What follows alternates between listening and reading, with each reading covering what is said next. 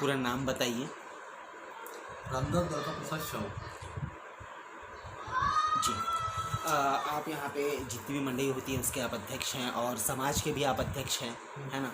वो कोरोना जो है, कोरोना का एक बहुत बड़ा प्रादुर्भाव पूरे देश भर में देखने मिल रहा है और बहुत सारे यानी कि लोग संदिग्ध हो रहे हैं उससे। क्या कहेंगे, किस तरह का एक मैसेज आप देंगे अपने लोगों को?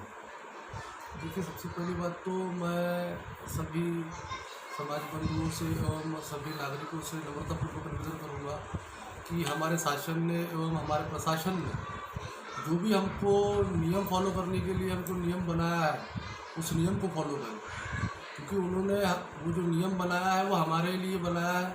आज देखा जाए तो हमें एक कहीं ना कहीं युद्ध लड़ने का हमें अवसर प्राप्त हो रहा है। इस प्रकार एक युद्ध एक सैनिक लड़ता है और एक सैनिक किस तरीके से वो युद्धों को लड़ता है, आज हमको तो उससे भी सुनिश्चित जगहों से युद्ध लड़ने की पारी है।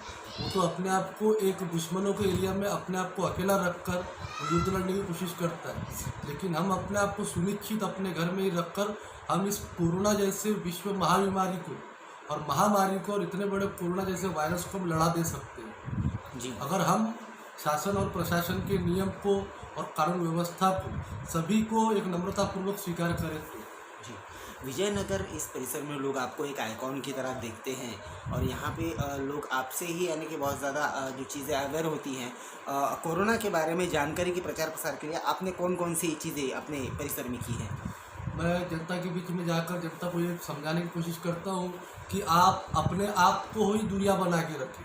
आप तक पुलिस पहुँचे ना पहुँचे, आप तक कोई अधिकारी पहुँचे ना पहुँचे, आप एक खुद सुव्यवस्थित एवं आप खुद एक रक्षक अपने परिवार का, अपने खुद का, अपने परिजनों का समझकर अपने आप को एक दूरी बनाए और लोगों को दूरी बनाने में सक्षम रखें। क्योंकि जब तक के हम पूरे लाइन से जितनी माचिस की लकड़ियां हैं उसमें से जब तक के एक लकड़ी को तोड़ नीचे खींचेंगे नहीं, तब तक के वो कड़ी टूटेगी नहीं।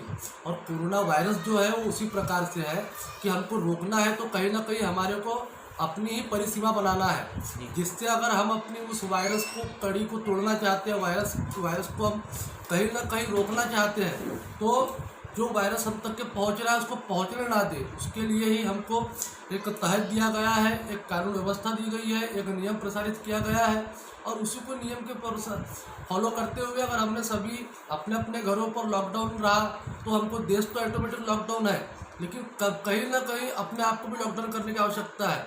आज मैं विजयनगर में घूम रहा हूँ, मेरे ही परिसर में मैं देख रहा हूँ, कई लोगों को समझा रहा हूँ कि भैया आप एक जगह जमा ना हो, एक जगह क्रिकेट ना खेलें, एक जगह कुछ भी प्रकार का ऐसा कुछ कारण होता है तो आप जमा ना हो।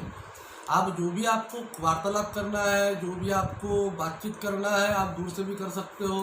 दूर से करने के बजाय आपको अगर ज़रूरत है तो ही घर के बाहर निकलो, अन्यथा ना निकले, क्योंकि जब तक कि हम लोगों से एक में के अटैच में रहेंगे तब तक ये बीमारी दूर नहीं होने वाली। जी। बहुत सारे कार्यक्रम जो हैं इस कोरोना वायरस की वजह से कैंसिल हो चुके हैं, बहुत से आगे बढ़ाए जा चुके हैं।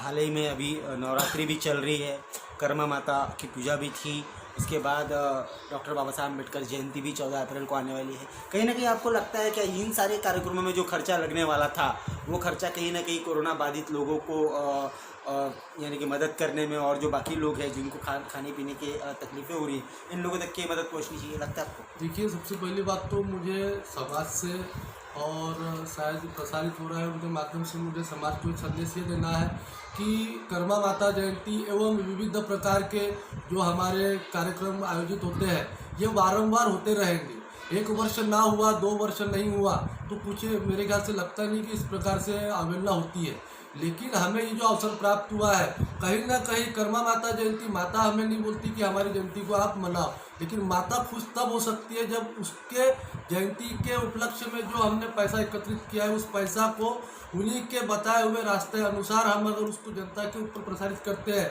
एवं समाज के बीच में अगर हम खर्च करते हैं और समाज को कहीं ना कहीं एक ताकत देने का काम, इतना ताकत तो नहीं दे सकते लेकिन कहीं ना कहीं थोड़ा बहुत ताकत देने का हम प्रयास करें तो शायद माता रानी उससे ज़्यादा खुश होगी, जिससे हम जयंती मनाते उससे ज़्यादा डबल 2 गुना खुश होगी माता रानी। मैं आप जम्मो संगवारी मनला निवेदन करत हवं कि आप मन जिहा हवं उहिया रहाओ।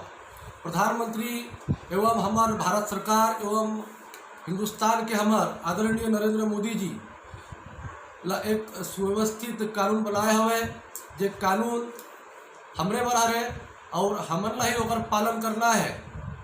हमन जब तक के एक मेक के बीच में आग रहो तब तक के वो बीमारी दूर नहीं जाए और ओला दूर भगाए बर हवय तब कम से कम हमन ला अपने ही घर में सुव्यवस्थित तरीके से रहना चाहिए। धन्यवाद। जय जोहार।